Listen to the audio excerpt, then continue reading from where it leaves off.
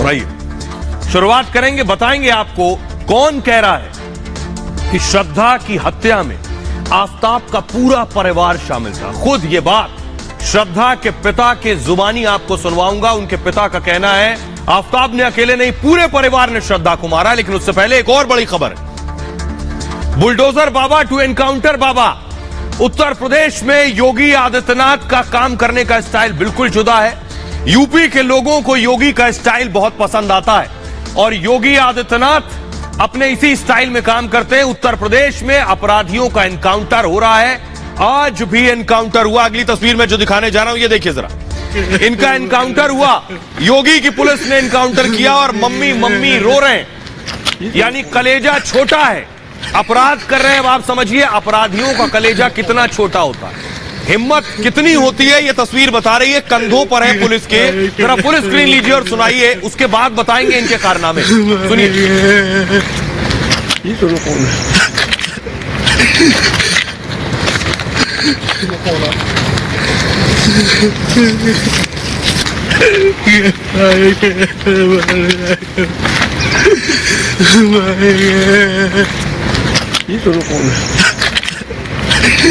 ये जिन्हें आप देख रहे हैं ग्रेटर नोएडा में इनका एनकाउंटर हुआ। इनका नाम है आबिद। एम्बियंस दीजिए। इनका नाम है आबिद। आबिद ने कार लूटी थी। उत्तर प्रदेश में साफ है कि अगर आप लूटपाट करेंगे, अपराध करेंगे, लोगों को परेशान करेंगे तो योगी की पुलिस एनकाउंटर करती है ठीक इसी तरह। देखिए पैर में गोली लगी है, घुटने पर पट्टी बंधी है और माई माई चिल्ला रहा है आबिद। योगी की पुलिस के कंधों पर है आबिद और योगी इसी स्टाइल में अपराधियों से निपटते हैं। योगी ने साफ कहा था कि अपराध करोगे तो बख्शे नहीं जाओगे, वरना उत्तर प्रदेश छोड़ के चले जाओ। ये आज एनकाउंटर हुआ है। इन्होंने कार लूटी थी अपने दो साथियों के साथ मिलकर ग्रेटर नोएडा में। तो इस तरह की लूटपाट का ये इलाज है। पैर पे गोली लगी है, पट्टी बंधी है और अब उत्तर प्रदेश पुलिस के कंधों पर घसीट कर आबिद जा रहे हैं। अगली तस्वीर आपको दिखाने जा रहा हूं, ये देखिए एक और एनकाउंटर हुआ। ये जो तस्वीर आप देख रहे हैं ये है एटा की, ये भी कंधों पर है। इनका भी एनकाउंटर रात में हुआ। फुल स्क्रीन लीजिए जरा, इनके बारे में आपको बताऊं। करा रहे हैं, पैर में पट्टी बंधी हुई है, वो भी आप देख रहे हैं। सुनिए पहले।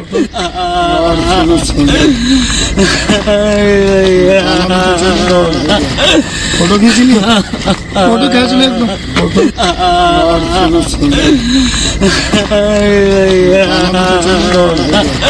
फोटो खींच लिया। अलीगढ़ के बदमाश हैं, सिटी बरामद हुई है एटा में। एटा से इनकी गिरफ्तारी हुई है, वहां एनकाउंटर हुआ और उसके बाद पुलिस ने जब ठोका है उसके बाद मेडिकल कॉलेज में इन्हें भर्ती कराया गया है। जब इस तरह से पुलिस इन बदमाशों से निपटेगी तभी इनके अंदर डर और खौफ पैदा होगा। तो बुलडोजर बाबा का एनकाउंटर अवतार है। अब बुलंदशहर लिए चलते हैं आपको, ये देखिए इनको भी टांग के ले जा रही है पुलिस। योगी की पुलिस की कंधों पर है और गलती की थी इसी तरह के अपराध करने की। पुलिस स्क्रीन लीजिए जरा इनको भी, अब चलने की स्थिति में नहीं है। सुनिए।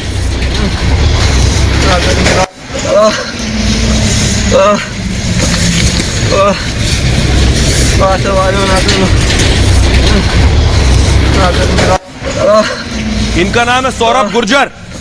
50,000 रुपए का इनाम था इनके ऊपर। इनके पास से अवैध असलहा, कारतूस और बाइक बरामद हुई है। तो इस तरह के छुटभइये हो, बदमाश हो, इन सब से योगी की पुलिस ऐसे ही निपटती है। सुनिए जरा फिर से। करा रहे हैं और पुलिस के कंधों पर है। और अब जिंदगी भर कोई बदमाशी, कोई अपराध नहीं करेंगे। ये सिर्फ सौरभ गुर्जर के लिए सीख नहीं है, ये सिर्फ सौरभ गुर्जर के लिए सीख नहीं है। सौरभ गुर्जर जैसे जितने अपराधी हैं, हो सकता पकड़े ना गए हो, उन सब के लिए सीख है कि एक दिन डकैती करोगे, लूट करोगे, लेकिन जिस दिन पकड़े जाओगे उस दिन बख्शे नहीं जाओगे। एक और तस्वीर दिखा रहे हैं, ये मुजफ्फरनगर से आई है। देखिए सारी बदमाशी निकल गई है, ये भी कंधों पर है। इनको भी जरा पुलिस स्क्रीन लीजिए। ये क्या कर रहे थे? मुजफ्फरनगर में इनका एनकाउंटर हुआ है। पुलिस स्क्रीन लीजिए इसे और देखिए पैर में गोली लगी है और पुलिस कंधों पर ले जा रही है। इनका नाम है विवेक चौधरी और इन्होंने एक परिवार को फोन करके धमकाया और 10 लाख रुपए की रंगदारी मांगी थी। और खुद को बताया था मैं गैंगस्टर विवेक चौधरी हूं। तमंचा और बाइक इनके पास से बरामद हुई है। 10 लाख की रंगदारी मांगी थी। तो आइए अब मैं आपको बताने जा रहा हूं कि बाबा बुलडोजर जो है, एनकाउंटर बाबा भी है। यूपी में बाबा की बंदूक बोल रही है, और कैसे बोल रही है वो भी तस्वीरों में मैंने आपको दिखाया।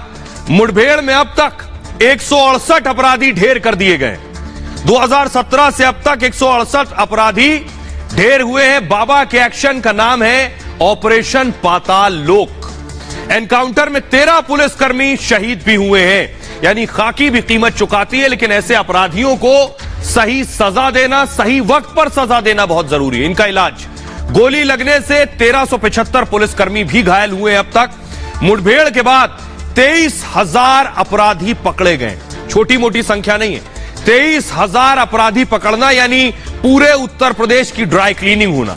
सबसे ज्यादा अपराधी आगरा जोन में मारे गए हैं, और आगरा जोन में 19, प्रयागराज में 10 अपराधी मरे हैं। ऑपरेशन पाताल लोक में स्पेशल टास्क फोर्स एसटीएफ भी सक्रिय है। योगी की सख्त हिदायत है, अपराध पर 0 टॉलरेंस होगा, और योगी के खौफ में अपराधी खुद सरेंडर करने थाने पहुंचते हैं। न जाने कितनी तस्वीर पहले मैंने आपको दिखाई है। सरेंडर नहीं करने पर घर पर बुलडोजर चलता है, वो भी तस्वीर आपने देखी। 3,000 करोड़ से ज्यादा की संपत्ति ध्वस्त या कुर्क हो चुकी है। 3,000 करोड़।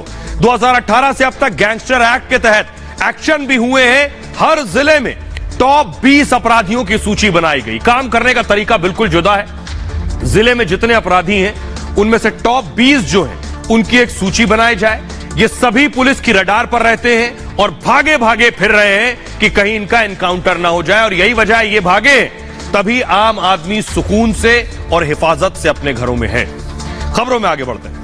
आज की बड़ी खबर, और वो खबर जो देश जानना चाहता है, श्रद्धा का मर्डर क्या आफ्ताब की फैमिली का ऑर्डर था? ये मैं नहीं कह रहा हूं, क्योंकि ये सबूत और हालात कह रहे हैं। श्रद्धा के 35 टुकड़े किए गए शव के। कोई यकीन मारने को तैयार नहीं कि 35 टुकड़े अकेले आफ्ताब कर सकता है। इन टुकड़ों को आफ्ताब साजिशन खत्म और नष्ट भी कर सकता है। इसमें क्या आफ्ताब का परिवार भी शामिल है? यह बात खुद श्रद्धा के पिता कह रहे हैं कि श्रद्धा की हत्या में आफ्ताब का परिवार भी मिला हुआ है। रिपोर्ट देखिए जरा।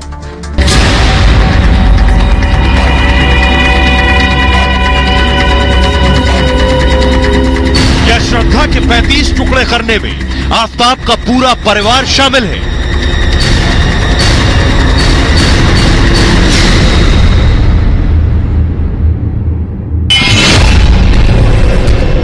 क्या आफ्ताब और उसके पूरे परिवार ने मिलकर श्रद्धा के 35 टुकड़ों को ठिकाने लगाया? श्रद्धा के पिता ने हत्या में आफ्ताब के पूरे परिवार के शामिल होने के आरोप लगाए हैं। इतनी बड़ी साजिश आफ्ताब अकेले नहीं रच सकता।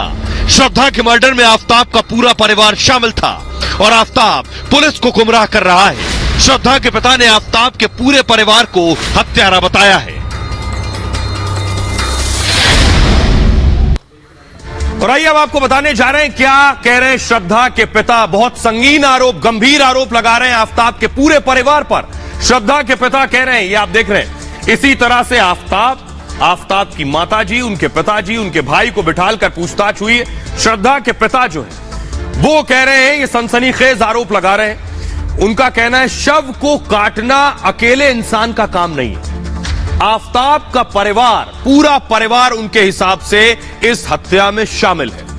आफ्ताब का भाई भी साजिश में शामिल है। श्रद्धा के पिता ये कह रहे हैं। साल 2019 में आफ्ताब के वो घर गए थे, यानी श्रद्धा के पिता आफ्ताब के घर गए थे। आफ्ताब के भाई ने मुझे धमकाया था, उनका कहना है। दोबारा घर ना आने की भी धमकी दी थी, और परिवार को पता था कार्रवाई होने वाली है, यानी हत्या के बाद एक्शन होगा, यह परिवार जानता था। आफ्ताब का परिवार दिवाली से गायब है, और श्रद्धा ने पुलिस से भी इस बात की शिकायत की थी। शिकायत में आफ्ताब के माता पिता का भी जिक्र है, और माता पिता को मारपीट की जानकारी पहले से थी। वो जानते थे कि इस हद तक स्थिति पहुंचने वाली है। आइए अब आपको सुनवाता हूं, हमारी रिपोर्टर अनामिका ने श्रद्धा के पिता से बात की, जो सीधे तौर पर कह रहे हैं कि आफ्ताब का परिवार ने मिलकर श्रद्धा को मारा है। सुनिए। क्या आपको लगता है कि आफ्ताब के अलावा भी कोई मिला हुआ था इस मर्डर में? हो सकता है कोई भी, क्योंकि ये अकेले का काम है ही नहीं। जो जिस तरह से ये हुआ है वो अकेले का काम है ही नहीं, तो हो सकता है कि दूसरे किसी का भी हाथ है इसमें। मुझे तो लगता है वो भाई भी हो सकता है उसका। मैं फर्स्ट टाइम जब घर में गया था उनके, तब वो घर में भाई था। अच्छा। मैं और मेरी वाइफ गए थे। जी जी जी। और आफ्ताब, उस टाइम पे आफ्ताब के भाई ने क्या बोला था? उस टाइम तो वो ही हमारी पूछताछ करने लगे, आप कौन है, कहाँ से आए, ऐसे बोलते हैं ऐसे नहीं कर सकते आप, ऐसे आ ही नहीं सकते यहाँ पे, कभी आना भी मत, पैर भी नहीं रखना यहाँ पे। आफ्ताब के भाई ने आपको धमकाया था? धमकाया 2019 में। तो मुझे तो यही शक लग रहा है कि ये सब ये भी प्लान में शामिल होगा, पूरा फैमिली। आफ्ताब के पड़ोसियों का कहना है कि दिवाली के टाइम पे आफ्ताब के पेरेंट्स घर छोड़ के चले गए थे। क्या ऐसा हो सकता है कि आफ्ताब के परिवार वालों को पुलिस में ये बात आने से पहले बात पता थी कि आफ्ताब ने श्रद्धा को मार डाला और वो फरार हो गए, वहां से चले गए? जी जी, हो सकता है ये मुझे अभी भी ऐसा लग रहा है कि ये लोग पहले ही कैसे निकल गए घर से। जी। क्या आपने बात करने की कोशिश की आफ्ताब के घर वालों से, मिलने की कोशिश की? नहीं, पुलिस स्टेशन में मिले थे ना मैं। कोई बात हुई आपकी उनसे? उन्होंने आपको कुछ बोला, अपने बेटे की तरफ से माफी मांगी? नहीं, वो तो तैयार ही नहीं थे। उनको ऐसा दिखा रहे थे कि वो कुछ मालूम ही नहीं है उनको। जी। सब कुछ मालूम ही नहीं, ऐसे दिखा रहे थे वो लोग। तो ये सनसनीखेज आरोप और खुलासा किया है श्रद्धा के पिता ने। लेकिन इस पूरी साजिश को आफ्ताब ने कैसे प्लान किया, ये सोचेंगे और सुनेंगे तो दंग रह जाएंगे। ये मैं आपको दिखा रहा हूं। आफ्ताब सबसे पहले आया दिल्ली, और दिल्ली आने के बाद कहां घर लिया? छतरपुर में। छतरपुर में घर लिया आकर, छतरपुर में ही क्यों लिया जरा सोचिए। अगली तस्वीर दिखाई जरा। इसलिए लिया क्योंकि इस जगह के सबसे नजदीक जंगल था, और सिर्फ जंगल नहीं, यानी श्रद्धा को मारने के बाद जंगल में उसके शव को फेंका जा सके। सिर्फ जंगल नहीं, अगली तस्वीर दिखाई, जंगल के पास ही तालाब भी है, यानी शव के टुकड़ों को तालाब में भी फेंका जा सके। अब आप समझिए, आफ्ताब की पूरी प्लानिंग का हिस्सा था उसका रहना, कहां घर लेना है, कहां ठहरना है, कैसे श्रद्धा को लेकर आना है। और अचानक श्रद्धा को वो मुंबई से दिल्ली ले आया। कोई तैयारी नहीं थी, सिर्फ तैयारी आफ्ताब के दिमाग में थी। ये देख रहे हैं, ये आप देख रहे हैं, ये छतरपुर की इमारतें और उसके सामने ये जंगल, इसके पीछे आफ्ताब की पूरी साजिश थी। पुलिस को शक है कि आफ्ताब ने प्लानिंग से यह हत्या की है। मई में आफ्ताब और श्रद्धा हिमाचल प्रदेश घूमने गए थे। मुंबई से हिमाचल गए, दिल्ली आने का कोई सीन नहीं था। तब तक दोनों का दिल्ली आने का कोई प्लान नहीं था। लेकिन हिमाचल में आफ्ताब को बद्री नाम का एक शख्स मिल गया। बद्री दिल्ली के छतरपुर इलाके का ही रहने वाला था। बद्री से मुलाकात के बाद आफ्ताब दिल्ली आ गया, और 8 मई को श्रद्धा को लेकर आफ्ताब दिल्ली आया। 8 मई को मारा कब है? 18 मई को। 8 को आया, 18 को मारा, यानी सिर्फ 10 दिन में श्रद्धा को मार दिया। दोनों पहले पहाड़गंज के एक होटल में रुके थे, और इसके बाद साउथ दिल्ली के सैदुल्लाजाब इलाके में रहे। बाद में आफ्ताब ने छतरपुर इलाके में फ्लैट देखा, उसे बिल्कुल सेट जगह लगी, प्लानिंग के हिसाब से किया सब कुछ है। फ्लैट ऐसी जगह लिया जहां आसपास जंगल था। आफ्ताब ने ऐसी जगह चुना जहां से शव को ठिकाने लगा सके, और इस तरह से पैकेट्स जो है वो लाकर फेंके जा सके। फ्लैट लेने के बाद 10 दिन बाद ही श्रद्धा की हत्या कर दी गई, यानी 18 तारीख को। हत्या के बाद श्रद्धा के शव के टुकड़े पास के जंगल में ही फेंक दिए गए। यह थी उसकी प्लानिंग का हिस्सा। ये इसीलिए कह रहे हैं कि इतना शातिर शख्स था, लेकिन ज्यादा दिन तक ये सारी चीजें छिपती नहीं है। आपको अब दिखाने जा रहा हूं कि आखिर कैसे कैसे जो इसने हत्या के लिए हथियार इस्तेमाल किए, वो एक आरी नहीं थी, 5 हथियार इस्तेमाल किए। इस तरह की चाकू थी, 1-2 नहीं, 5 चाकू पुलिस को बरामद हुई है, जिससे श्रद्धा के शव के 35 टुकड़े किए। पुलिस अब इन 5 चाकुओं का क्या करने वाली है, यह मैं आपको बताने जा रहा हूं। देखिए जरा, आफ्ताब ने 5 चाकुओं से हत्या की। आफ्ताब ने श्रद्धा के शव के 1-2 नहीं, 35 टुकड़े किए। तो सिर्फ आरी से करना संभव नहीं, एक नहीं कई धारदार हथियारों का इस्तेमाल किया गया और आरी के साथ चाकू का भी इस्तेमाल हुआ है। पुलिस ने 5 चाकू बरामद किए। सभी चाकुओं की लंबाई 5 से 6 इंच है और बरामद चाकुओं को जांच के लिए पुलिस ने भेज दिया है। अभी तक आरी बरामद नहीं हुई है। पुलिस आरी की तलाश में जुटी हुई है कि इसने आरी कहां फेंकी है। आफताब ने आरी को गायब कर दिया है। गुरुग्राम में आरी फेंकने की बात कबूली थी आफताब ने। दफ्तर के पास आरी को ठिकाने लगाया था। आसपास पुलिस ने जांच भी की है। आरी मिलते ही हत्या की गुत्थी सुलझ जाएगी। लेकिन अब मैं आपको बताता हूं, पुलिस को एक चीज की तलाश है। वो चीज है श्रद्धा का मोबाइल। चाकू मिल गए हैं, आरी अभी मिलनी बाकी है। पुलिस ने लगभग 85% इस केस को सुलझा लिया है, 85%। लेकिन श्रद्धा का फोन कहां है? पुलिस को श्रद्धा के फोन की तलाश है कि श्रद्धा का फोन है कहां। इसलिए पुलिस समंदर में ढूंढ रही है फोन। अगली तस्वीर दिखाने जा रहा हूं, ये देखिए, समंदर की तस्वीर दिखाइए प्लीज। समंदर की तस्वीर दिखाइए। समंदर में ढूंढ रही है पुलिस। कैसे समंदर में पुलिस उसको ढूंढ रही है वो मैं दिखाऊं। एक कैसे किस जगह पर पुलिस पहुंची। भयंदर की जो खाड़ी है ये आप देख रहे हैं, ये है वो तस्वीर। ये समंदर की तस्वीर है। भयंदर की खाड़ी में पुलिस पहुंची है श्रद्धा का फोन ढूंढने के लिए। ये आप तस्वीरों में देख रहे हैं।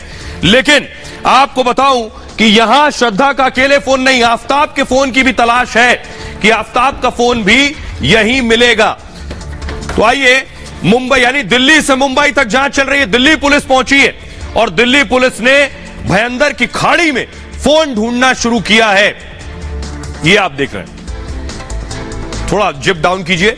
आफताब को, पुलिस को आफताब और श्रद्धा के मोबाइल की खोज है। ये आप देख रहे हैं स्ट्रीमर।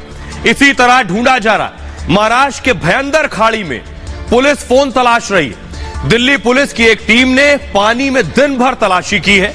पुलिस ने स्टीमर के जरिए यह तलाशी अभियान चलाया है और आफताब ने पूछताछ के दौरान दरअसल पुलिस को बताया था, आफताब ने बताया था कि 18 मई को श्रद्धा की हत्या के बाद वो मुंबई गया था और मुंबई जाने के बाद भयंदर की इसी खाड़ी में उसने श्रद्धा का फोन फेंक दिया।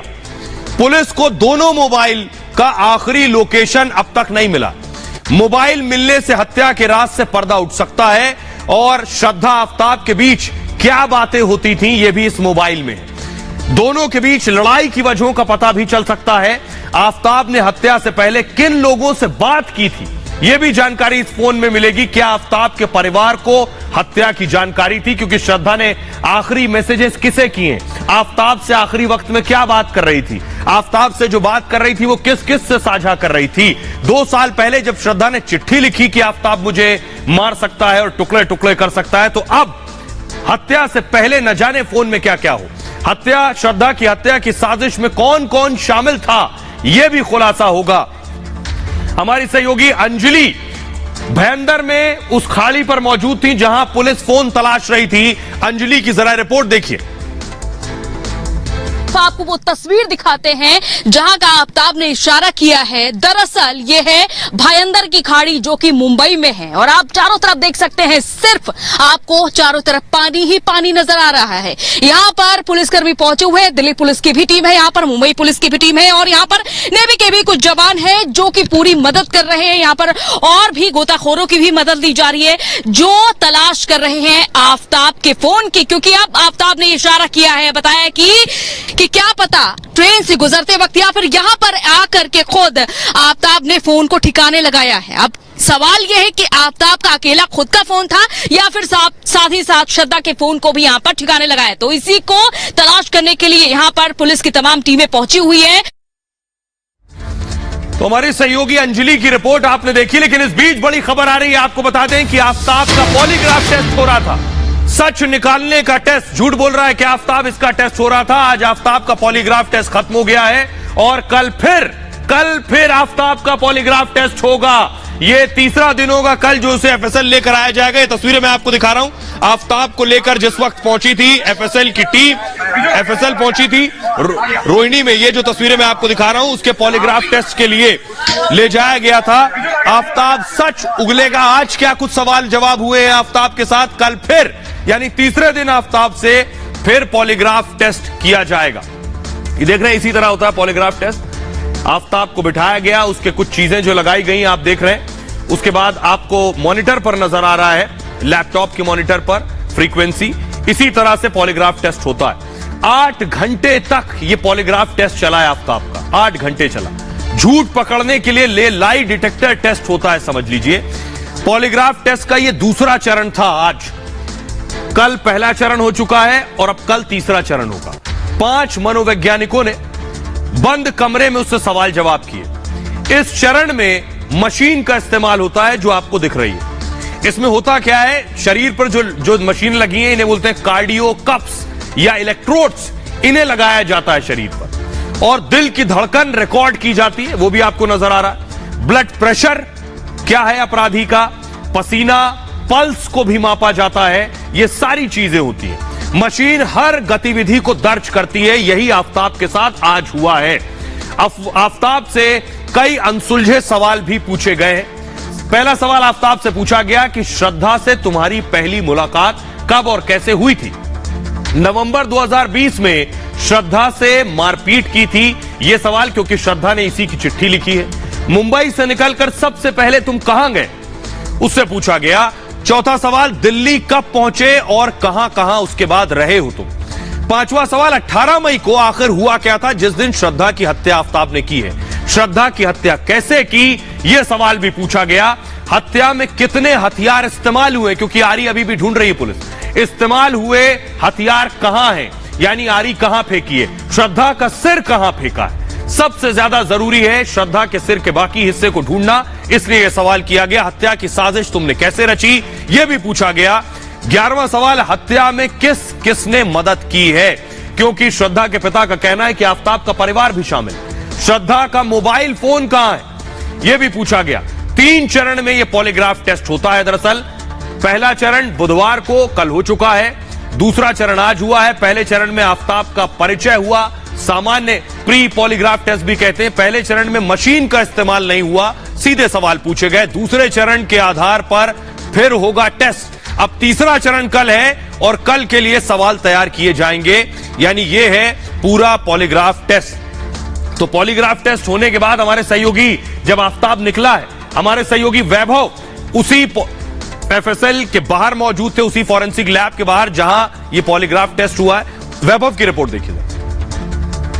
जब आपको बता दें, आफ्ताब अब से बस थोड़ी देर पहले यहां से निकला है, यानी कि ये कहा जा सकता है 8 घंटे तक आफ्ताब से इस राउंड में पूछताछ हुई है और आफ्ताब से पूछताछ के बाद अब उसे यहां से लेकर जाया गया है। सलील, एक बार आप दिखाइएगा तस्वीरें। ये वही दफ्तर एफएसएल का है जहां से 8 घंटे जिसके अंदर पूछताछ हुई आफ्ताब से, और 8 घंटे की पूछताछ के बाद मैराथन पूछताछ ही कहा जाएगा, क्योंकि 8 घंटे की पूछताछ आफ्ताब से हुई। इसके पहले प्री एग्जामिनेशन में आफ्ताब से श्वेता तकरीबन 3 घंटे सवाल जवाब होते हैं। तो आपने वैभव की रिपोर्ट देख ली है, लेकिन आइए अब मैं आपको दिखाने जा रहा हूं कि पॉलीग्राफ हो गया, पॉलीग्राफ में मशीन लगाई जाती है, लेकिन अभी नार्को होना है आफ्ताब का। जब तक रिमांड है, 4 दिन की रिमांड पर है। पॉलीग्राफ हो गया, कल भी पॉलीग्राफ होगा, नार्को होना वाला है। और नार्को में क्या होता है ये आपको बताता हूं। देखिए जरा, ये है नार्को टेस्ट, और नार्को में ये जो आप सिरिंज देख रहे हैं, ये सिरिंज बहुत इंपॉर्टेंट है। पॉलीग्राफ टेस्ट के बाद होगा नार्को टेस्ट, और रोहिणी के अंबेडकर अस्पताल में यह नार्को टेस्ट होना है। अभी नार्को टेस्ट की तारीख तय नहीं हुई है कि किस दिन होना है। ऑपरेशन थिएटर के अंदर नार्को टेस्ट किया जाएगा। इसी तरह से डॉक्टर होंगे, मनोचिकित्सक, एफएसएल की टीम मौजूद होगी उस दौरान। नार्को से पहले आफ्ताब का एक मेडिकल टेस्ट होगा और नार्को में आफ्ताब को इंजेक्शन दिया जाएगा। सोडियम, इसको कहते हैं सोडियम पेंटोथोल इंजेक्शन लगाया जाएगा, और आफ्ताब न बेहोश होगा न पूरी तरह से होश में होगा इस इंजेक्शन के बाद। ये जो आप इंजेक्शन देख रहे हैं, दवा आफ्ताब के दिमाग को सीधे प्रभावित करेगी जाकर। इसके बाद सवाल जवाब की शुरुआत होगी, फिर सवाल किए जाएंगे। पूरे नार्को टेस्ट की वीडियोग्राफी भी की जाएगी। सोडियम पेंटोथल एक तरह का केमिकल है, ये जो इंजेक्शन दिया जाना है। सोडियम पेंटोथल की शुरुआत 1920 में हुई थी, तब से इसका इस्तेमाल हो रहा है। सर्जरी के वक्त भी इसी दवा का इस्तेमाल होता है। 2007 में मोनिंदर सिंह पंढेर और सुरेंद्र कोहली का भी नार्को हुआ था, आपको याद होगा। नोएडा में बच्चों के साथ दुष्कर्म के बाद हत्या कर दी थी इन दोनों पापियों ने। ज्यादा खुराक लेने से इसमें इंसान की जान भी चली जाती है। ये इंजेक्शन का डोज ज्यादा हो जाए तो जान चली जाती है।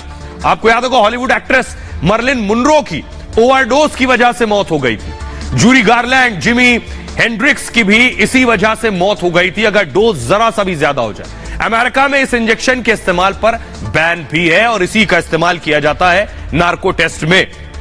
आइए अब मैं आपको सुनवाता हूं कि इस पूरे मामले में सियासत भी खूब हो रही है, इसमें लव जिहाद का एंगल भी है जो हेमंता बिस्वा शर्मा कह चुके हैं, लेकिन आज पहली बार असदुद्दीन ओवैसी ने इस पर बयान दिया है। सुनिए जरा। बीजेपी और जो लोग इसको मुसलमानों से नफरत पैदा करना चाहते हैं उसको इस तरह का रंग दे रहे हैं। महिला पर जुल्म हो रहा है, ये फैक्ट। जो कुछ उस शख्स ने शरदा के साथ किया वो इंसान नहीं जानवर है, मगर ये सब वाकयात करने वाले भी जानवर हैं। बिलखिस का रेप करने वाले भी जानवर हैं जिनको भाजपा ने छोड़ दिया। तो ये हम बता रहे हैं आप। असदुद्दीन ओवैसी का बयान चुनाव के दरमियान आया है, लेकिन एक तस्वीर सूरत से आई है क्योंकि बात गुजरात की कर रहे हैं। सूरत में 3 लड़कों की पिटाई हुई लव जिहाद के आरोप में। ये आप देख रहे हैं 3 लड़के जिनकी पिटाई हुई, कॉलेज में पढ़ने वाले लड़के हैं। फुल स्क्रीन लीजिए जरा इस तस्वीर को, इन तीनों की पिटाई हुई, देखिए जरा।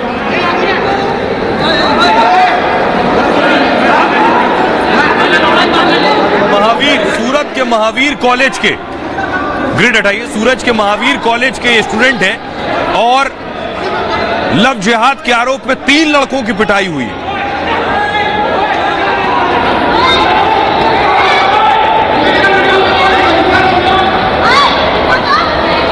खबरों में आगे बढ़ते हैं। अब मैं आपको मिलवाने जा रहा हूं एक और किलर से जिसका नाम अभिजीत है, जिसकी गिरफ्तारी हो चुकी है। यह तस्वीर जो मैं आपको दिखाने जा रहा हूं, पिछले दिनों मैंने इसकी तस्वीर दिखाई थी आपको।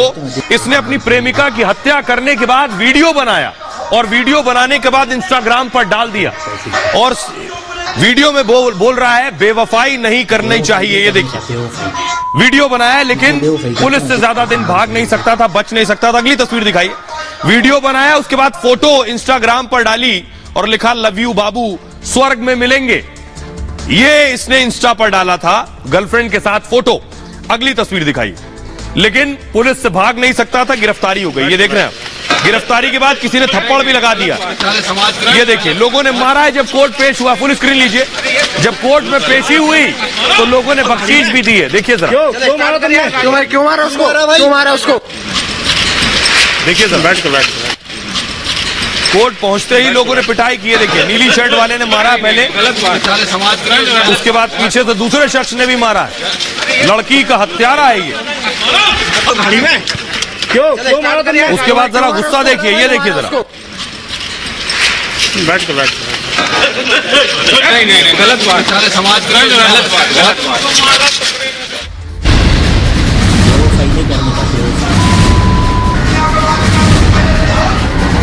अभिजीत ने अपनी गर्लफ्रेंड को रिजॉर्ट में ले जाकर बेरहमी से हत्या कर दी थी और उसके बाद उसका वीडियो बनाया।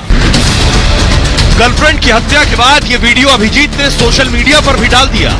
प्रेमिका की हत्या के बाद अभिजीत वहां से फरार हो गया। पुलिस को चकमा दे रहा था, लेकिन पुलिस ने इस साइको किलर को हजारों किलोमीटर ढूंढने के बाद इसकी फिंगरप्रिंट से इसकी पहचान की और अब यह पुलिस के शिकंजे में। तो अब मैं आपको बताने जा रहा हूं कैसे इसने पूरी साजिश रची प्रेमिका को मारने से पहले। बाकायदा प्लान बनाया, ठीक उसी तरह समझ लीजिए जैसे आफ्ताब। ये आप देख रहे हैं 6 नवंबर को ये जबलपुर रिजॉर्ट पहुंचा।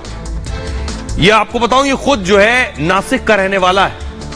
राजस्थान में गिरफ्तारी हुई है और मध्य प्रदेश में गया था मारने के लिए। नाम बदलकर रिजॉर्ट में रूम बुक किया इसने।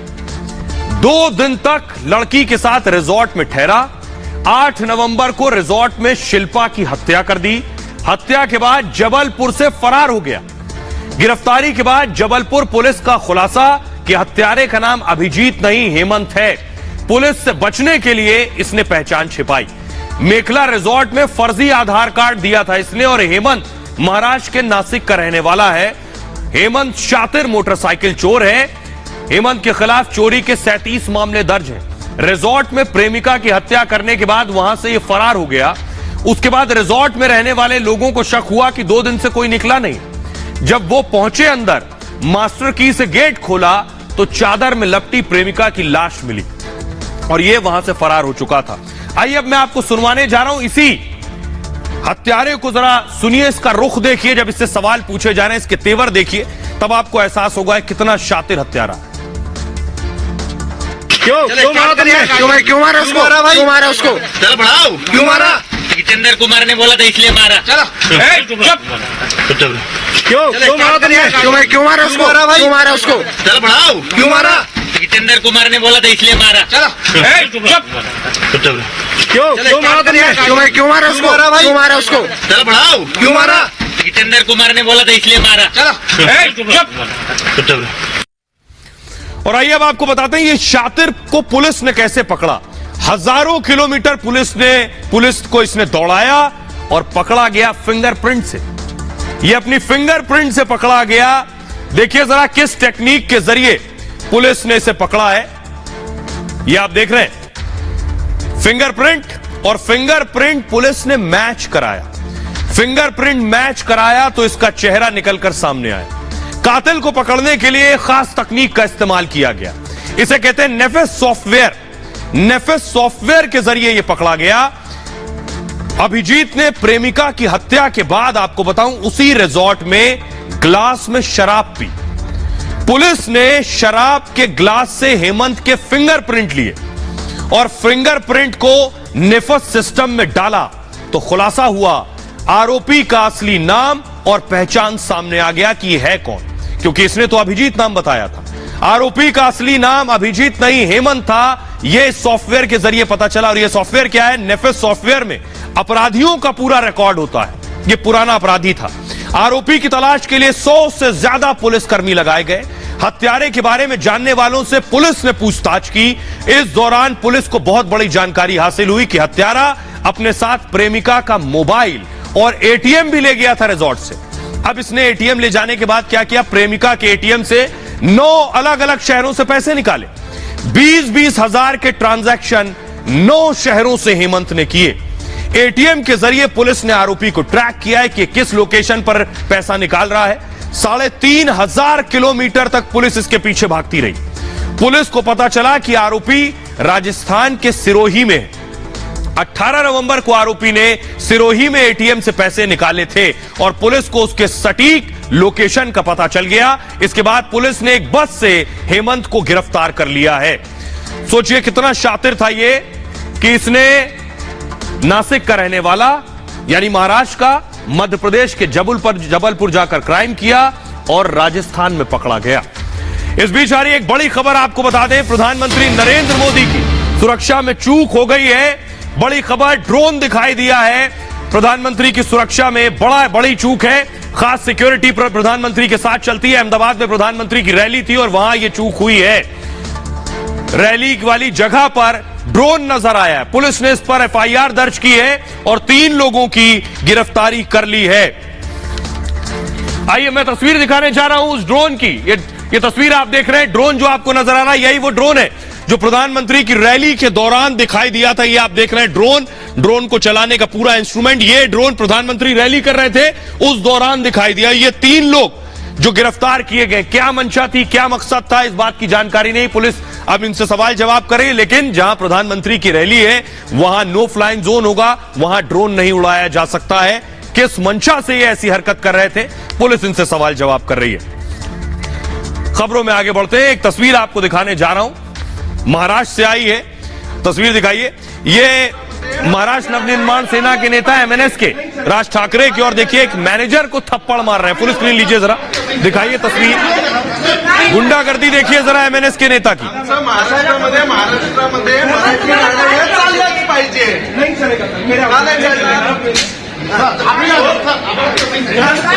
महाराष्ट्र नवनिर्माण सेना के नेता को आप देख रहे हैं जो एक मैनेजर पर थप्पड़ मारे हैं और भाषा को लेकर विवाद हुआ था, जिसके बाद यह थप्पड़बाजी हुई।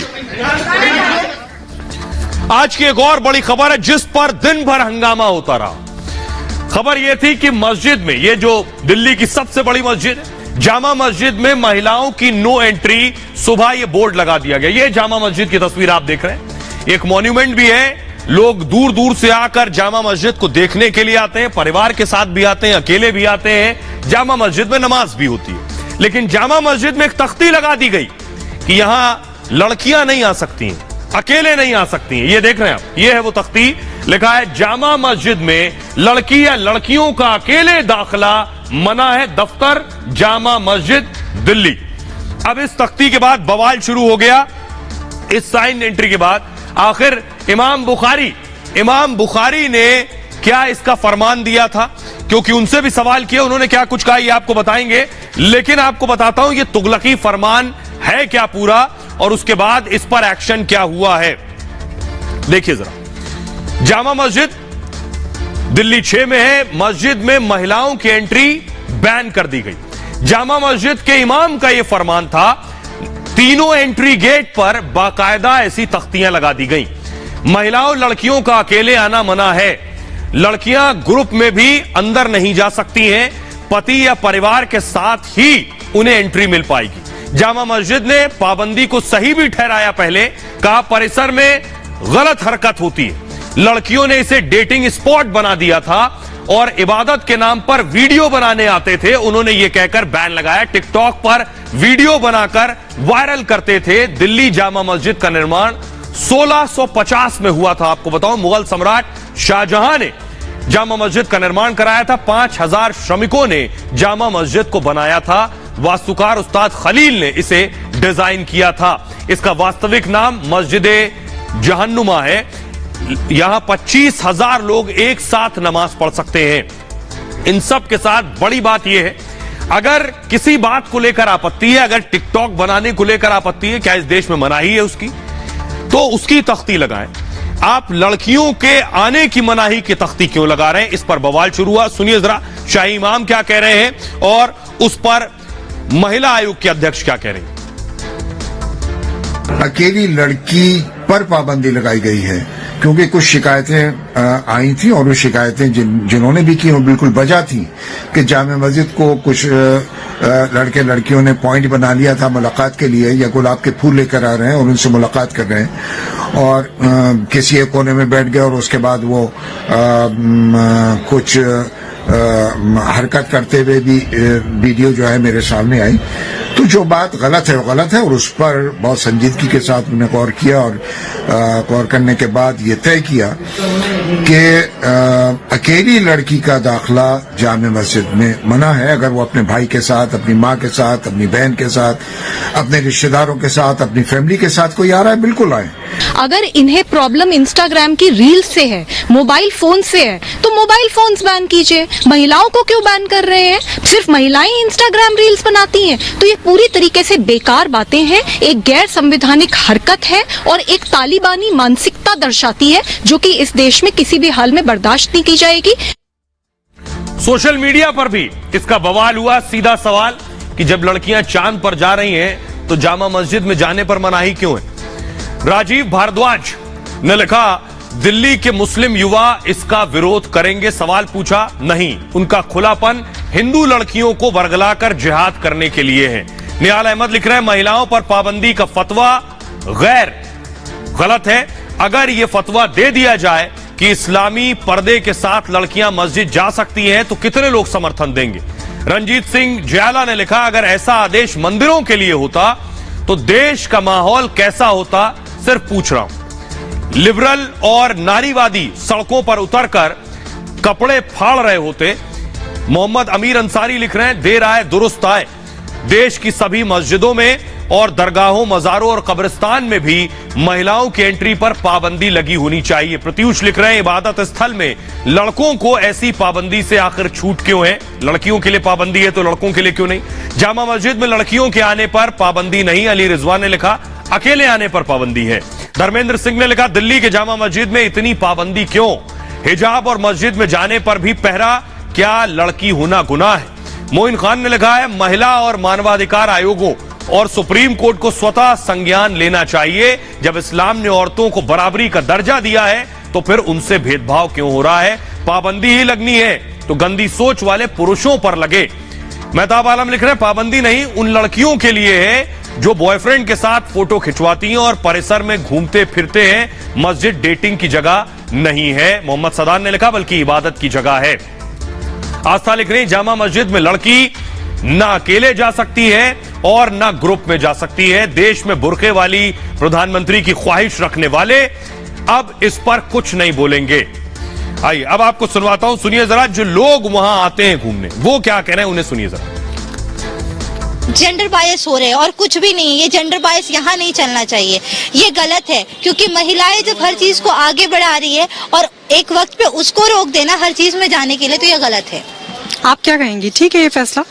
जी नहीं, ये फैसला बिल्कुल गलत है। क्योंकि ना आज के जनरेशन में चाहे लड़के हो या लड़कियां हो, दोनों कदम से कदम मिला के चल रही है। क्योंकि अगर देखा जाए दुनिया में लड़के के बिना लड़कियां अधूरी है, लड़कियां के बिना लड़के अधूरे। तो अगर कोई ये बोलते हैं कि सब लड़कियां जो है जो ये सारा चीज करती है, तो ये गलत है। क्योंकि लड़के भी हैं जो ये सारा चीज करते हैं, और अगर बैन करना है तो ये लड़कों के भी ऊपर करे। यहाँ पे आप हैं और आप यहाँ पे रूल्स लगा रहे हैं and going outside in the market आप वहाँ पे रूल्स नहीं लगा रहे हैं। So it's not allowed, it's not allowed, I must say. उसमें लिखा हुआ है कि लड़कियां नहीं आ सकती हैं लड़कियां, वो अकेलों की वजह से लिखा है, वो बदतमीजी करती हैं यहाँ कर। देखा होगा, ये तो खुदा का घर है, इबादत का घर है, आने के लिए मनाही नहीं है, आ सकती हैं, लेकिन अकेले नहीं, अपनी फैमिली के किसी भी सदस्य के साथ आए। महिलाओं पे रोक नहीं लगाई गई है। जो अकेली लड़कियां यहाँ आती हैं, लड़कों को टाइम देती हैं, यहाँ आके गलत हरकतें होती हैं, वीडियोस बनाई जाती है, सिर्फ उस चीज को रोकने के लिए इस पे पाबंदी लगाई गई है। लेकिन आपको बताऊं, अगर वो तस्वीर है वो दिखाएं कि रिपब्लिक पर खबर दिखाए जाने के बाद ये तख्ती हटा दी गई जिसमें लिखा था लड़कियों के आने की मनाही है। बहरहाल खबरों में आगे बढ़ते हैं। आज की एक और बड़ी खबर है, सेना पर सवाल। ये आप देख रहे हैं, ये वो तस्वीर मैं आपको दिखा रहा हूं जहां तख्ती लगाई गई थी, वो तख्ती हटा दी गई है, वो तख्ती को निकाल दिया गया। यहीं पर लगी हुई थी कि लड़कियों का अकेले आना मना है। रिपब्लिक पर खबर दिखाए जाने के बाद ये असर हुआ है। खबरों में आगे बढ़ते हैं। आज की एक और बड़ी खबर है, सेना पर सवाल, ऋचा के ट्वीट पर बवाल हो गया है। ऋचा चड्ढा की तस्वीर आप देख रहे हैं। ऋचा चड्ढा ने कितनी फिल्में की, कौन सी बड़ी बड़ी फिल्में की शायद ही लोग जानते हो, लेकिन ऋचा ने सेना का अपमान किया है। ये वो वाली ब्रिगेड है जो सेना के अपमान में खुद का फक्र समझती है। इन्होंने अगली तस्वीर दिखाई जरा। गलवान घाटी में हमारे जवानों ने जब चीन के जवानों को धूल चटाई थी, 20 के बदले में 40 ढेर किए थे चीन के, उस पर ऋचा चड्ढा ने सवाल किए हैं और ऐसा ट्वीट किया जो मैं आपको आगे दिखाऊंगा। पहले जरा रिपोर्ट देखिए।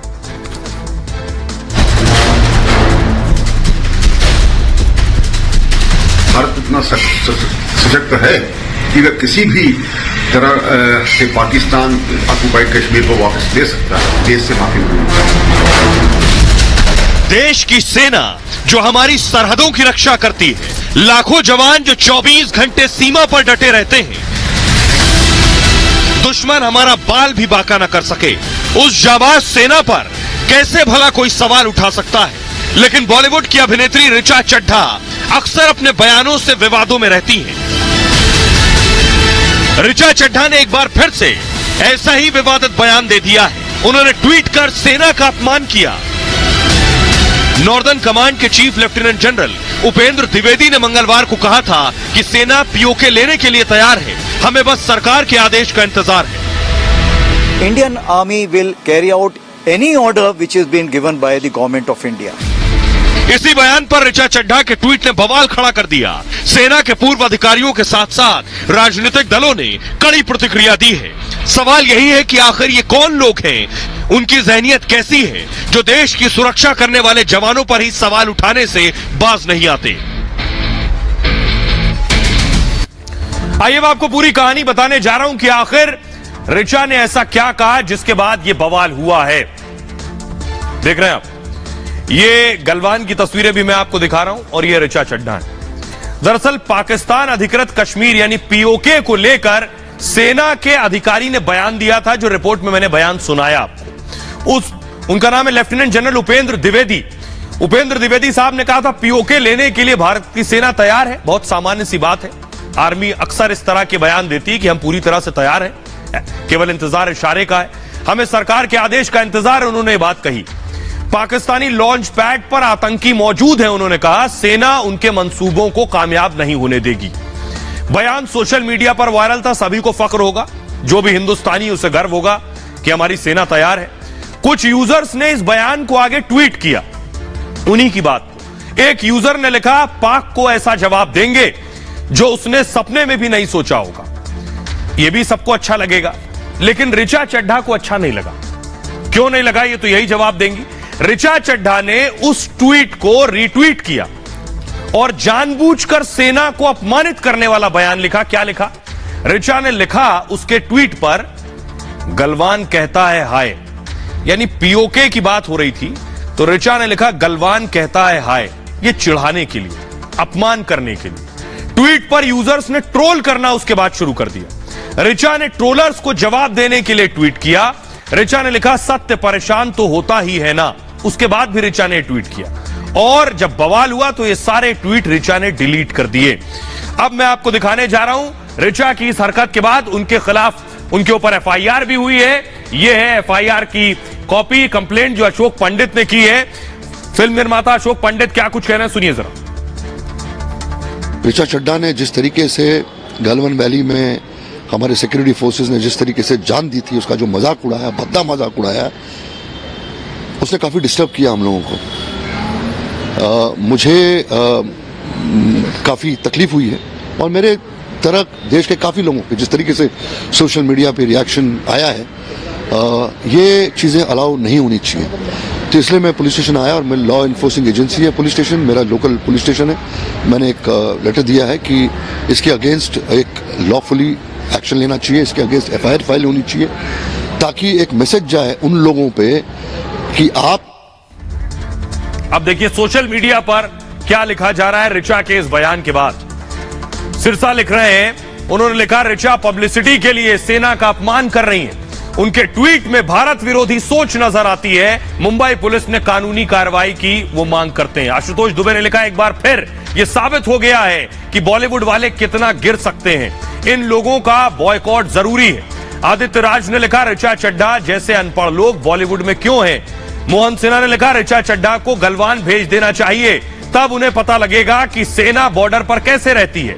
रमेश सोलंकी लिख रहे हैं, अर्बन नक्सल सबसे खराब किस्म के प्राणी हैं। समय झा ने लिखा, जो लोग अपनी गलतियों को सही साबित करने के लिए परिवार का सहारा लेते हैं, वो सबसे बड़े जोकर होते हैं। उदय पंडित ने लिखा, हमारे सैनिकों के बलिदान का मजाक उड़ाना बहुत ही शर्मनाक और अपमानजनक है। आइए सुनिए, संबित पात्रा ने प्रेस कॉन्फ्रेंस की और ऋचा चड्ढा पर अटैक भी किया और उन्हें सीधे सीधे टुकड़े टुकड़े गैंग से जोड़ा। सुनिए। मुझे नाम याद नहीं, मगर किसी व्यक्ति ने ट्वीट किया है और सेना के बड़े अफसर के ऊपर सवालिया निशान पीओके को लेकर लगा रही है। इसमें कोई संशय नहीं है कि अब तक राहुल गांधी जी ने उनको फोन कर लिया होगा कि आप अब क्वालिफाई कर चुकी हैं, भारत तोड़ो यात्रा में सम्मिलित होने के लिए आपका स्वागत है। ऋचा चड्ढा जो कि एक बॉलीवुड की 3rd ग्रेडेड कलाकार है, और हमेशा ही भारत के खिलाफ आपत्तिजनक ट्वीट करने में वो सबसे आगे रहती हैं, और कांग्रेस समर्थक है, राहुल गांधी की उपासक है। इस बयान के बाद बवाल हुआ तो ऋचा ने दोनों ट्वीट डिलीट किए और उसके बाद एक लंबा चौड़ा माफीनामा भी लिखा, ये लिखकर कि उनके परिवार के लोग भी सेना में रहे हैं, उनका मकसद ये नहीं था। बड़ा आसान है, पहले सेना का अपमान करो, उसके बाद जब आपको लगे कि आप फंस गए हैं तो फिर खुद का बचाव इस तरीके से करो। खबरों में आगे बढ़ते हैं। आज की एक और बड़ी खबर है, पुलवामा का जो मास्टरमाइंड था पुलवामा अटैक का, उसे पाकिस्तान ने अपना आर्मी चीफ बना दिया है। ये मैं आपको पुलवामा की तस्वीर दिखाने जा रहा हूं जिसमें हमारे जवान शहीद हुए थे। इस अटैक की साजिश रखने वाला, प्लान करने वाला, अगली तस्वीर दिखाइए, जिसके बाद पूरा देश गमजदा था। ऐसे शख्स को पाकिस्तान ने अपना आर्मी चीफ बना दिया है। ये रिपोर्ट देखिए जरा।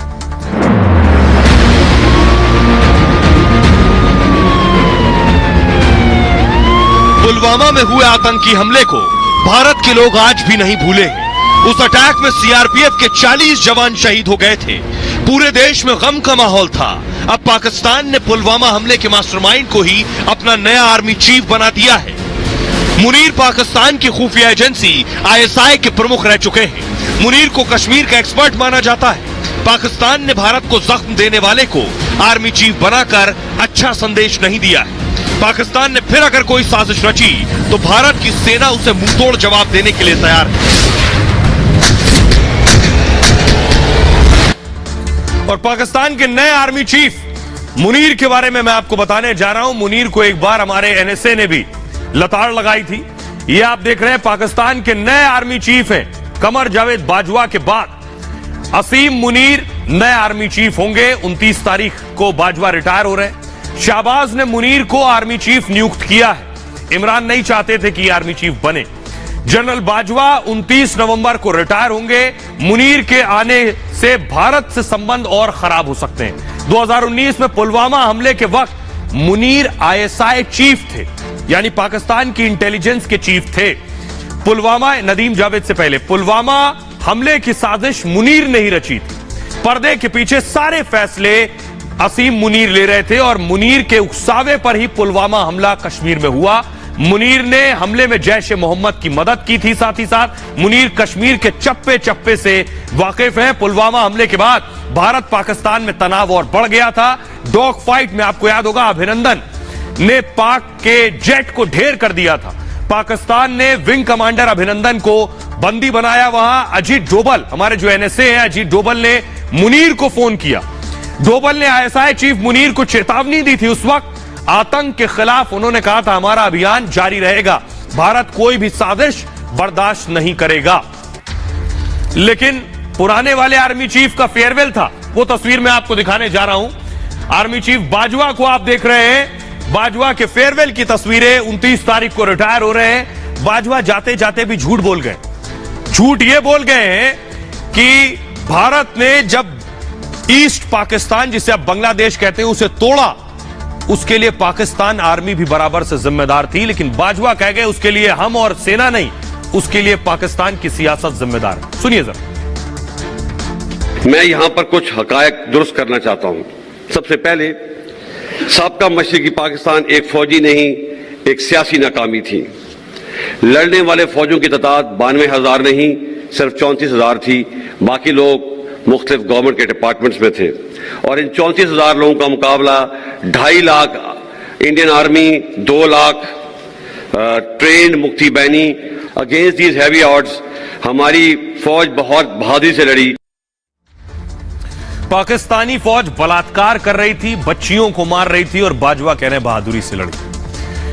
बहरहाल ये भारत की बात है में इतना ही। आप अपना बहुत ख्याल रखिए। एक छोटे से ब्रेक के लिए रुक रहे हैं, लौट रहे हैं कुछ और बड़ी खबरों के साथ।